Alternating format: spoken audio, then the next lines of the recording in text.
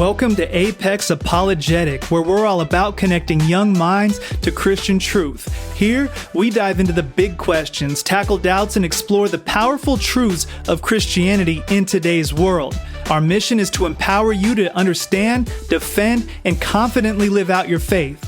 If you're ready to build a resilient, reasoned faith, you're in the right place. I'm your host, Shaun Michael. Let's go! Welcome back, everyone. Last week, we tackled the column cosmological argument, one of the heavy hitters for proving God's existence. It was all about cause and effect, tracing the universe back to its ultimate source. But today, we're shifting gears to something that might just blow your mind. Here's the big question.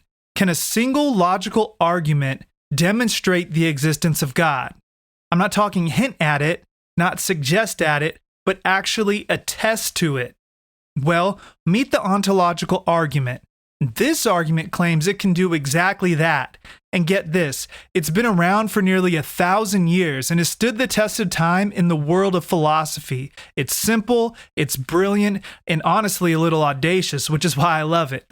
Now, if you're thinking this sounds like some abstract, head in the clouds philosophy stuff, let me just stop you right there. The beauty of the ontological argument is how straightforward it is. In just a few steps, it goes from the idea of God to the reality of God. And don't be fooled by its simplicity. It's a heavyweight in the ring of apologetics. So I'm going to set the stage for you with a few questions just to get you thinking. Why do we all have this sense of concepts like perfection, goodness, or justice? Why do we reach for ideals that seem beyond us? Could it be that these point us towards something or someone greater? Today, we're diving headfirst into this fascinating argument.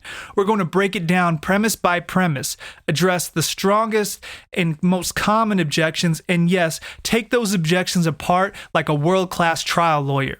By the end of this episode, you'll see why the ontological argument has been one of the most powerful tools in the Christian worldview's toolbox for centuries. But before we dive into the nuts and bolts of the argument, let's take a step back. Where did this argument even come from? Well, it came from one of the most brilliant minds of the 11th century, a man whose work shaped the way we think about God to this very day. Let's talk about St. Anselm and how this argument came to life. Now, you've probably heard the name St. Anselm of Canterbury, a heavy hitter in the history of theology and philosophy. But who exactly was he, and why did he come up with this argument? Well, let's unpack that. St. Anselm lived in the 11th century, born in Italy in 1033. He eventually became the Archbishop of Canterbury. But don't let the title fool you. He wasn't just some church bureaucrat. Anselm was a thinker, a theologian, and honestly a pioneer of what we'd now call Christian philosophy. See, he had this deep conviction that faith and reason weren't enemies, just like us. He believed they were partners. He believed that if God is the ultimate truth, then using our God-given reason should bring us closer to Him, not farther away. In fact, one of Anselm's most famous lines sums up his whole approach: faith seeking understanding. He wasn't content with blind belief. He wanted to explore and articulate why belief in God made sense logically, not just spiritually. So why did he create this argument? So let's set it up. Anselm was wrestling with this question: can we demonstrate God's existence purely through reason, without needing physical evidence or personal experience? He wanted to show that the very idea of God proves that God must exist. Now, this sounds bold, right? But here's why he did it. He believed that a lot of people, even Christians, struggle with doubts. He wanted to provide a logical framework that could strengthen faith, not replace it, but fortify it. So for him, this wasn't about winning arguments. It was about glorifying God through the use of reason, his logical faculties. And the result, the ontological argument. In a nutshell, it's an argument based on the concept of God, specifically the idea that God is the greatest conceivable being. And if you're the greatest, then you can't just exist in someone's mind. You have to exist in reality. Otherwise, you wouldn't be the greatest. It's simple, right? But it's very profound, as we'll see. And so this argument has evolved over time, and it's grown and developed over the centuries. It didn't stop with Anselm.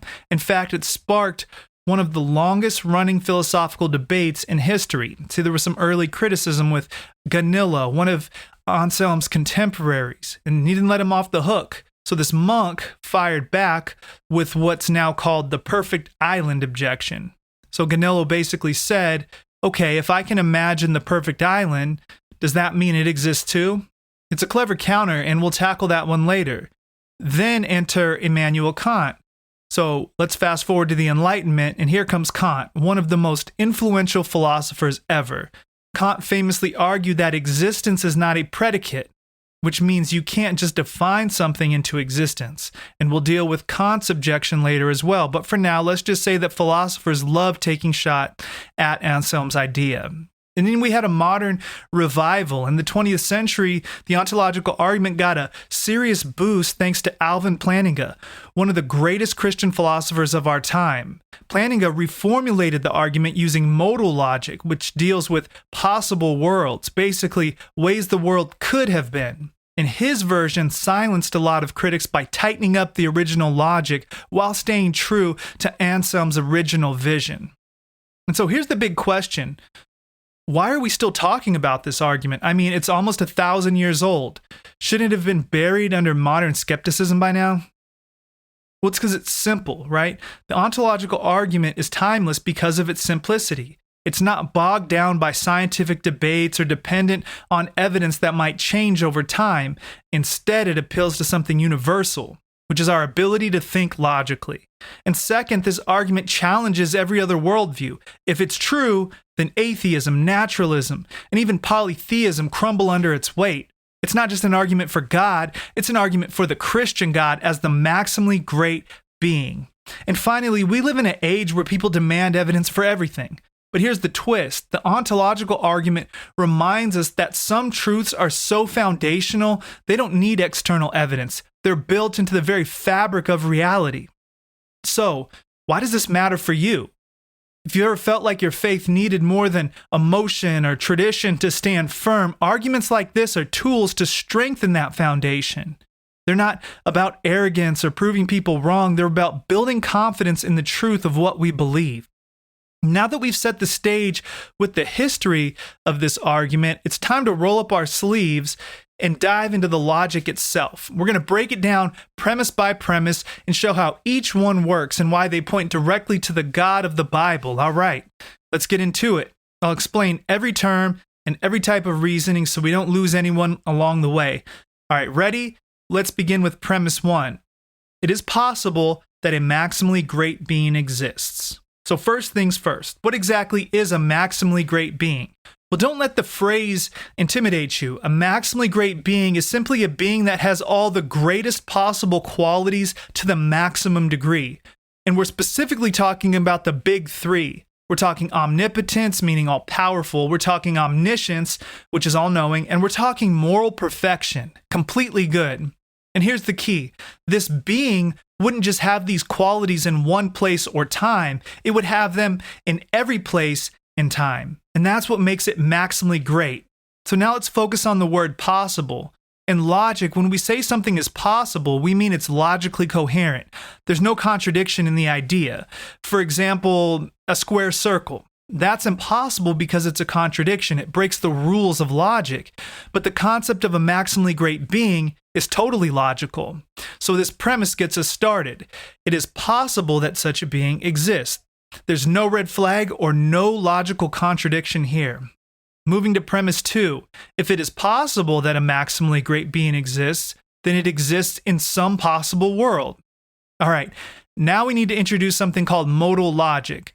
And please don't tune me out here. This is easier than it sounds.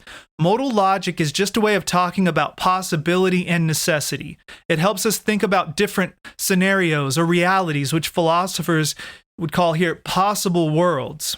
Now, when I say possible world, I don't mean parallel universes, the multiverse, or whatever sci-fi stuff comes to mind. Doctor Strange, right?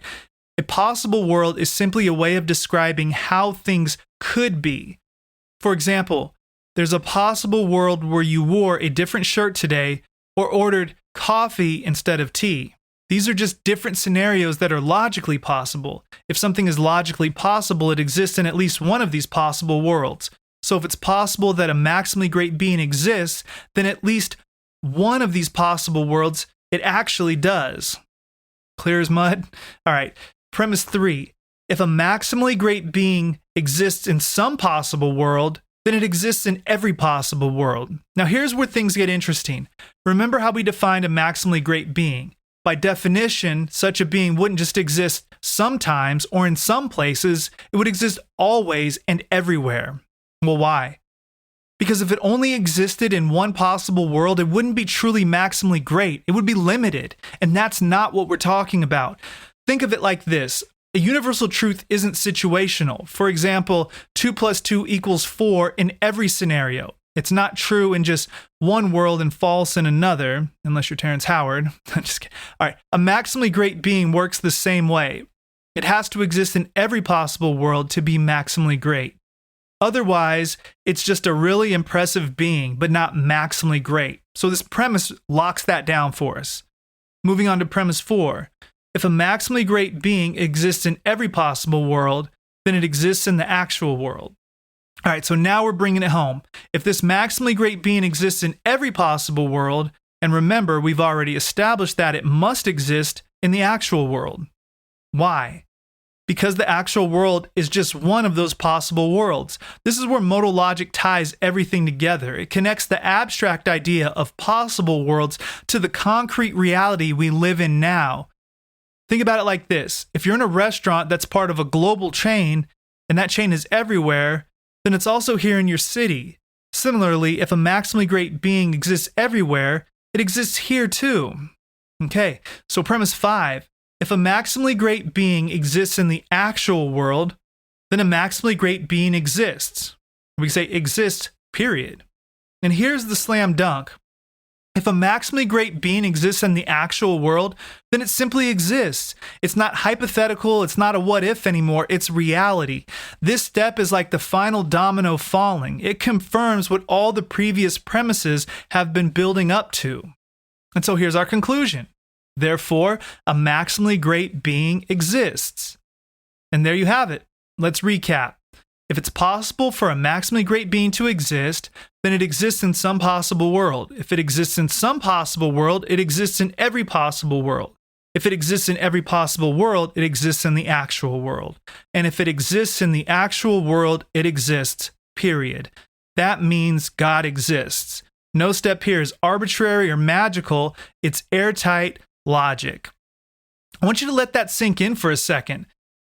This isn't just a neat intellectual exercise. If this argument holds, and I argue it does, it means God's existence isn't just a matter of faith or personal preference. It's a matter of logical necessity. And if that's true, then it changes everything. It means we're not alone, that our lives have purpose, and that the greatest being conceivable, the God of the Bible, the God of Scripture, is real.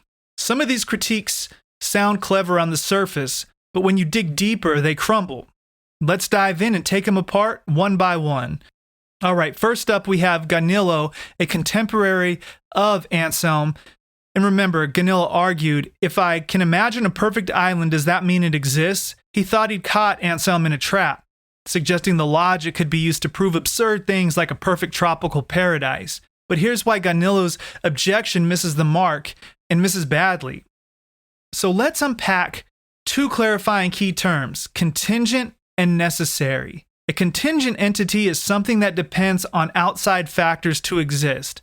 For example, think about your favorite meal. It's contingent on the ingredients being available, someone cooking it, and you actually being there to enjoy it. No ingredients, no meal. It's entirely dependent on other conditions. Now let's compare that to a necessary entity. A necessary entity isn't dependent on anything else to exist. It exists in all possible scenarios. Remember, we talked about the laws of math. 2 + 2 = 4 no matter where you're at, no matter what time it is, or what's happening in the universe. The truth doesn't depend on ingredients or conditions. It's just necessary. And so why does this objection fail? Well, a perfect island is what we call a contingent entity. It depends on things like land, water, trees, conditions that could have been otherwise. There's nothing about a perfect island that makes its existence necessary. So a maximally great being, on the other hand, isn't contingent. By definition, it's a necessary being, meaning it must exist in every possible world. It's not something that could just happen to exist. It has to exist if it's even possible. So Gaunilo's analogy completely collapses because it compares apples to oranges. A perfect island doesn't carry the same logical weight as a necessary being. The ontological argument doesn't work for contingent entities, so the objection fails. Then we have objection 2, which is kind of like the problem of definitions. So this is the classic complaint. You're just defining God into existence. That doesn't prove anything. Well, at first, this sounds like it might be a solid point, doesn't it? I mean, can you just define something into reality? If I say a unicorn is a magical horse that must exist, does that mean there's a unicorn out there somewhere? Well, maybe if you read the King James Bible. Of course not. But here's the problem. That's not what the ontological argument is doing. And let me explain. When people say this, they're basically accusing the argument of being a trick, like saying, let's just add the word exist to the definition of God and call it proof. But that's not what's happening here. The argument doesn't just define God. It starts with the possibility of a maximally great being and uses logic to show that this being's existence is necessary if it's even possible. That's a huge difference. The ontological argument doesn't start by assuming God exists. Instead, it starts with the idea of a maximally great being, a being so great that nothing greater can be imagined. Then it asks, is this being even possible? If the answer is yes, then the argument uses logic to show that this being must exist. Again, huge difference. All right, let me break this down with an example. Imagine you're thinking about a triangle. To even be a triangle, it has to have 3 sides, right? That's just part of what it means to be a triangle. Now let's say someone tells you there's a triangle with 3 sides and it might exist. You wouldn't think that's weird. It makes sense because triangles, by definition, have 3 sides. Now let's apply this idea to the ontological argument. If a maximally great being is possible, then its greatness includes existence. It's not like we're tacking existence onto the definition for fun. It's part of what it means to be maximally great. If it's possible for such a being to exist, then it has to exist. Otherwise, it wouldn't be maximally great. Do you see the difference? The objection assumes the argument is circular, but it's not. It doesn't smuggle in God's existence as a starting point. It derives God's existence from the concept of maximal greatness in the rules of logic. So the complaint that we're defining God into existence falls apart when you actually understand the argument. The ontological argument doesn't smuggle in God's existence into the definition. Instead, it starts with the question of possibility and builds logically from there. If God, a maximally great being, is possible, then his existence is unavoidable. That's not wordplay. That's called airtight reasoning. And that brings us to our last objection.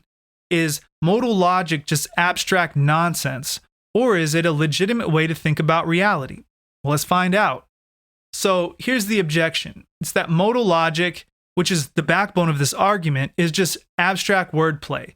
People argue that it's too theoretical, like a philosophical trick that doesn't connect to real life. But let me show you why this objection doesn't hold water.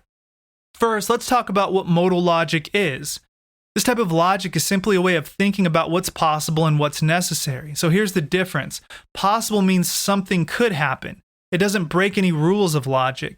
For example, it's possible that you'll have pizza for dinner tonight. And then necessary means something has to be true, no matter what. Not to belabor the point, but 2 + 2 = 4. It's not true sometimes, it's true all the time in every situation, everywhere. Modal logic helps us think about these kinds of ideas in an organized way. It's like a toolbox for figuring out possibilities and necessities connected to reality. So let me give you a picture. Imagine you're driving a car. The rules of the road are like the rules of logic. They tell you what's possible and what's not. For instance, it's possible for you to turn left at the next stop sign because the road is clear, and turning left doesn't break any traffic laws. But it's not possible for you to teleport your car to the finish line because that breaks all the rules of reality. So modal logic is like a GPS that helps you figure out what roads, possibilities exist and whether they lead anywhere meaningful. If we say it's possible for a maximally great being to exist, modal logic helps us explore where that road takes us. It's not wordplay, it's just how we navigate logical possibilities. It's the same kind of reasoning that undergirds modern science and technology, really. So here's why this objection fails. Modal logic isn't some niche tool that only philosophers use to sound smart. It's foundational for reasoning about possibility, necessity, and reality.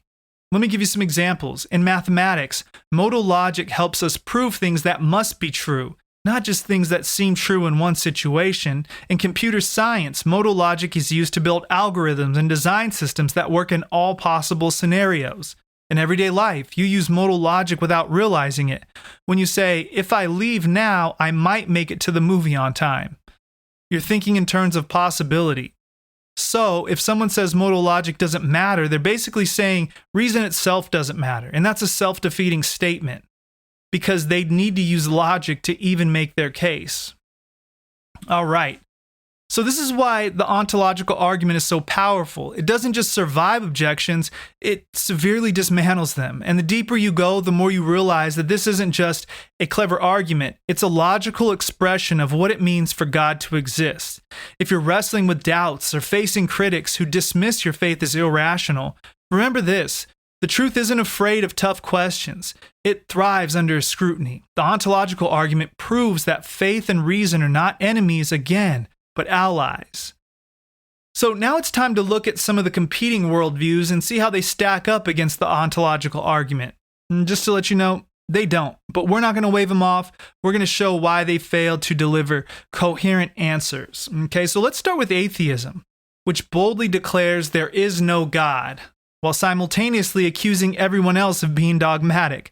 The problem here is that atheism shuts the door on the possibility of a maximally great being without offering a single justification for doing so. Imagine someone standing in the library saying, there are no books here. You'd probably suggest they open their eyes and maybe, just maybe, take a look around. Atheism does the same thing. It denies even the possibility of a maximally great being, while providing no logical basis for why this being can't exist. It's like covering your ears and shouting, I can't hear you. Not exactly a philosophical masterpiece. In contrast, the ontological argument starts with an open question. Is it possible for a maximally great being to exist? Atheism doesn't even make it to that first step. It's a non-starter. Now let's look at naturalism, the worldview that says everything can be explained by nature, science, and physical processes. Sounds great, right? Until you realize naturalism can't even explain things like math, logic, or morality, let alone the existence of a maximally great being. Think about it. Numbers aren't physical. You can't weigh the number 7 or put logic in a jar and study it. But naturalism is stuck trying to explain these non-physical, necessary truths using only physical stuff. It's like trying to fix a broken clock with a handful of Jell-O. Good luck with that. The ontological argument, on the other hand, fits neatly into a worldview that embraces necessary truths. Christianity accounts for things like logic and morality because they flow from the nature of a maximally great being, God. Naturalism, on the other hand, it can't even get off the ground. What about other religions? So let's look at some other religious worldviews.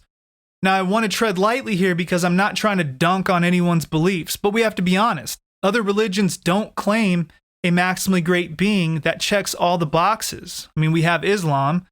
While it does affirm a singular, all-powerful God, Allah, the concept of Allah falls short of maximal greatness. In Islamic theology, Allah's will is seen as completely arbitrary.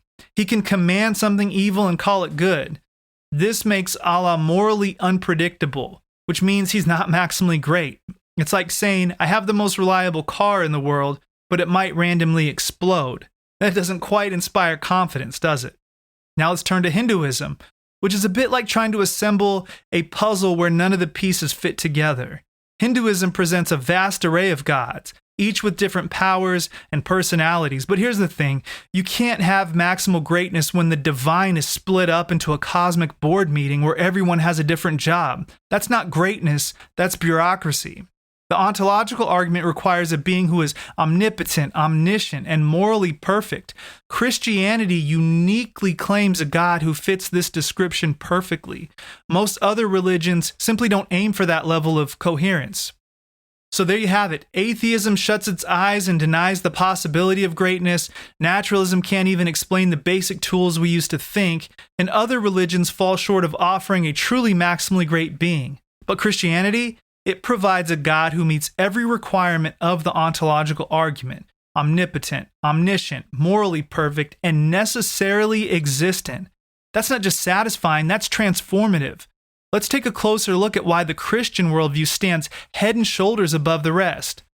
At the heart of Christianity is the belief in a God who is omniscient, omnipotent, and morally perfect. These aren't just impressive traits, they're exactly what we mean by maximally great being. But Christianity doesn't just stop at describing these attributes, it roots them in reality. The God of the Bible isn't an abstract concept or a distant force. He's a personal, relational being who actively engages with his creation. And when we say God is omnipotent, we're not talking about some theoretical power, we're talking about the God who created the universe from nothing. When we say morally perfect, we're talking about a God who defines good and evil and acts with justice and mercy. And when we say omniscient, we mean he knows you, your struggles, your joys, your fears, put in motion the beginning to the end. And that's not just maximal greatness, that's life-changing. And here's another thing. Christianity isn't afraid of logic. In fact, Christian theology thrives in logical consistency. Unlike some worldviews that try to hide behind mystery or dismiss reason as irrelevant, Christianity invites you to think deeply. The ontological argument reinforces this by showing that belief in God isn't just a matter of faith. It's a conclusion supported by logic. Think about it. Every major claim of Christianity flows from the idea of a maximally great being. God's moral perfection explains why we have an objective sense of right and wrong. His omniscience gives meaning to the idea that he has a plan for your lives. And his omnipotence gives us confidence that he has the power to accomplish that plan. Christianity doesn't just align with the ontological argument, it's built on the same logical foundation. So where does this leave us? If you've been tracking with the ontological argument, maybe it's stirred something inside of you. Maybe it's made you rethink what you believe about God, the universe, or even yourself. And here's my challenge. Don't ignore that. If this argument unsettles your worldview, lean in, ask the hard questions. The truth can handle scrutiny. Christianity isn't a blind leap of faith, as we often talk about here. It's a reasoned step into a worldview that makes sense of reality. But don't take my word for it. Explore it for yourself. So here's a few questions to chew on as we wrap up. If a maximally great being is possible, why wouldn't you want to know if he exists? Does your current worldview offer the same level of logical consistency and coherence as Christianity? Or does it leave unanswered questions? If Christianity is true, what would that mean for your life? How would it change? How would you see yourself? How would you see others and your purpose and meaning in the world?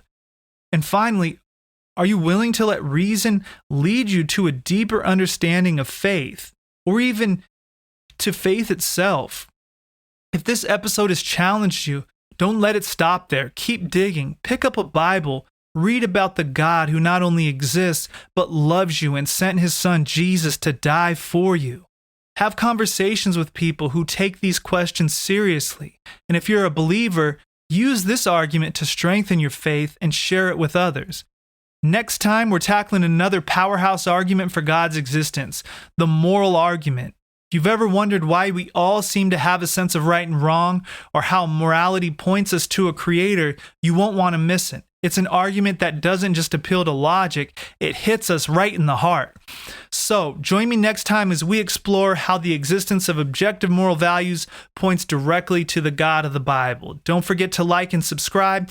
Hit us up on social media. That's it for me. I'm Shaun Michael with the Apex Apologetic Podcast. Out.